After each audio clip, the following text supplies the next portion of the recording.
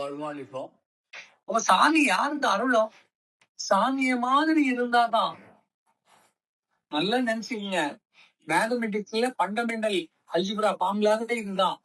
Plus plus is equal to plus, minus plus minus is equal to என்னது? Plus. மைனஸும் மைனஸும் plus, பிளஸும் பிளஸும் plus, plus minus minus minus plus minus. அப்ப மாற்று குணங்கள் இருந்தா சேராது, மொத்த குணங்கள் இருந்தா சேரும். இப்ப நீ கெட்டவனா இருந்தா அது சேரும். அதான் ஃபார்முலா தான். Minus plus minus is equal to plus இல்லையா? நீனும் கெட்டவனா இருந்து அதுவும் கெட்டவனா இருந்தா நீங்க ரெண்டு பேரும் சேர்ந்துருவீங்க. அப்ப அது கெட்டவனா? சாமி கெட்டது இல்லையே, சாமி நல்லது இல்ல. அப்ப இந்த ஃபார்முலா உதவாது. அப்ப சாமி நல்லதுன்னா, சாமி வந்து பிளஸ்னா நீனும் பிளஸ்ஸா போகும். அப்பதான் ஏத்து நல்ல உனக்கு. அதனாலதான் கோயிலுக்கு போறவங்க எல்லாருக்கும் வெளியே வந்துருக்கானே? இல்ல, வராது. போறவன் 100% சுயநலவாதிகள், தன் நலத்துக்காக கேட்கிறவன், உண்மையை தேடுறவன் இல்ல, சாமியினுடைய தத்துவத்தை தெரியாதவர்கள். நல்ல ஞாபகம் வைங்க, இதுதான் ஞான பாடம். உலகம் இவ்வளவு நாள் நமக்கு கற்றுக் கொடுத்ததுல இருந்து நம்ம உண்மை அறிவை பெறுவது உற்று பார்க்கும் போதுதான் தெரியுது. கோயிலுக்கு போகலாம், தப்பு இல்ல. சாமி பேசுச்சுன்னா போய் பேசாதவங்களுக்கு உங்களுக்கு ஒரு பாடம் சொல்லி தர மாட்டேங்கிறாரு ஒரு வாத்தியார். அவர் வீட்டை தேடி போயிட்டு ஹோம்ஒர்க் தூக்கிட்டு, ஹோம்ஒர்க்கை தூக்கிட்டு யார்கிட்ட போனோம்? உன் கூட சேர்ந்து செய்யக்கூடிய உன் ஸ்டூடெண்டா இருந்தா கூட பரவாயில்ல, உன்னோட சீனியரா இருந்தா கூட பரவாயில்ல, இல்ல படிக்காத ஸ்கூலுக்கு காலேஜ் சம்மந்தம் இல்லாத ஒரு அங்களுக்கு இந்த மேத்ஸ் தெரியுதுன்னா அவன்கிட்ட போய் கேட்கலாம். உனக்கு நான் சொல்லியே தர மாட்டேன், நீ கேட்டா பதிலே சொல்ல மாட்டேங்கிறவர்கிட்ட போய் நீ வாசல்ல போய் நின்னா are you right? Are you useless? Is it correct? Is it correct? போகக்கூடாது. தெரியுதுல்ல, என்ன சொன்னாலும் சொல்ல மாட்டான், அவனுக்கே தெரியாது, அவர் போய் அப்படித்தானே சொல்லுவான். அப்ப நீ சாமி கிட்ட போனா உனக்கு அது செய்யலைன்னா என்ன அர்த்தம்?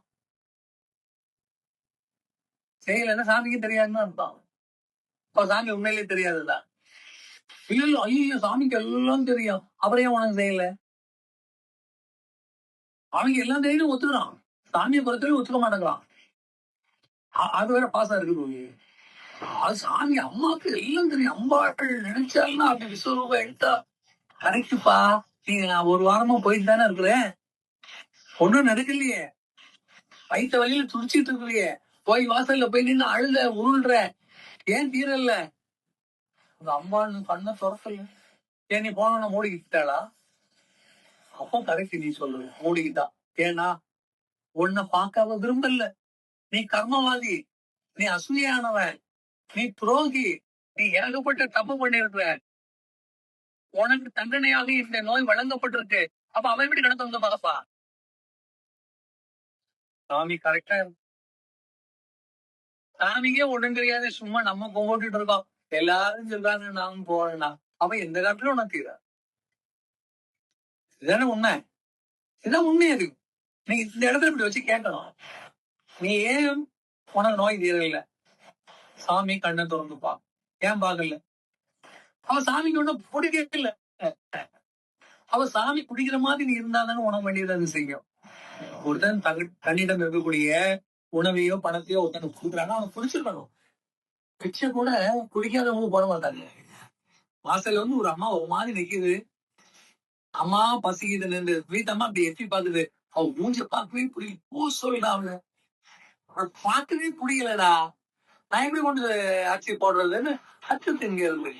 உடனே பையன் போய் இல்ல இல்ல நீங்க வேற வீடு பாருங்கன்னு விரட்டான்.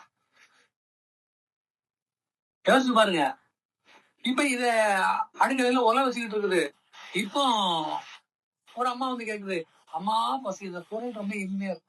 இவ அப்படி எட்டி பார்த்தா, பழைய குரல் தான், பட் முகம் நல்ல தேஜஸா அழகா இருக்கு. இல்லம்மா இப்ப வாரேன் சொல்லி வீட்டுல இந்த பழையது எல்லாம் வச்சு அது கூட ஊறுகாவை எடுத்து வச்சு சேர்த்து கொண்டு போய் அந்த அம்மாட்ட கொடுக்குது. கொடுக்கும் போதே அவன் முகத்தை ஒத்துப்பான். இதுக்கு ஒரு சந்தோஷம். அவன் விரும்பினாதான் செய்வான், விரும்பலன்னு செய்வான். அது தானமா இருந்தாலும் கர்ப்பமா. அதான உண்மை. இப்ப யோசிச்சு பாருங்க. அப்ப அந்த சாமி கண்ணை திறந்து உன்னை பார்க்கலைன்னா, நாயே நீ அவ்வளவு அநியாயம் பண்ணிருக்க, அதுக்குதான் உனக்கு இந்த நோய். அது எப்படி பார்க்கும்? அப்ப இது வழி சொல்லுமா? அதை விட வழி சொல்லும். அது நல்லவங்கள்ட்ட மட்டும்தான் பேசும். நீ நல்லா இருந்தா உன்னை அது ஏற்றுக்கொள்ளும் ஆசிரியர். இப்ப இவன் சொல்றான், நான் நல்லா இருந்தா அது எதுக்கு எனக்கு? ஆஹா, அவன் உன்னுடைய வேண்டுதல நம்பிக்கை எப்படி இருக்குது? அது உதவி செய்தா வேணும், இல்லைன்னா வேண்டாம். இன்னைக்கு 100% அப்படிதான். இந்த கோயில நடக்கலையா அந்த கோயில், அந்த கோயில் இந்த கோயில். இங்க நான் 50 ரூபாய் நியூஸ் 50 ரூபாய் பட்ட சாமி செய்யுமா? 5000 ரூபாய் ஒண்ணு அங்க போடு. அடுத்த நிமிஷம் போடுவான். 5000 ரூபாய் போடுவான். ஏன்னா நடக்கணும்னு. இந்த இயல்புல இருக்கும்போது இயற்கை தெய்வம் உங்களுக்கு எப்படி உதவும்? அப்போ உங்களுக்கும் அந்த தெய்வத்துக்கும் இடையில ஒரு ஆள் தேவைப்படுது. அந்த பேசாத தெய்வத்தினுடைய நிலைமையை உங்களுக்கு காட்டுவதற்கு, உங்களுக்கு வேண்டியதை சொல்லி உணர்த்துவதற்கு ஒரு மீடியேஷன் இன் பிட்வீன், இல்லையா? இன் பிட்வீன் ஒரு மீடியேட்டர் இஸ் மஸ்ட். அதுதான் குரு. அப்ப நீங்க உண்மை அறிவை தேடுகின்ற பொழுதுதான் குருவே கிடைப்பார். உண்மை அறிவை தேடலைன்னா குரு கிடைக்க மாட்டா.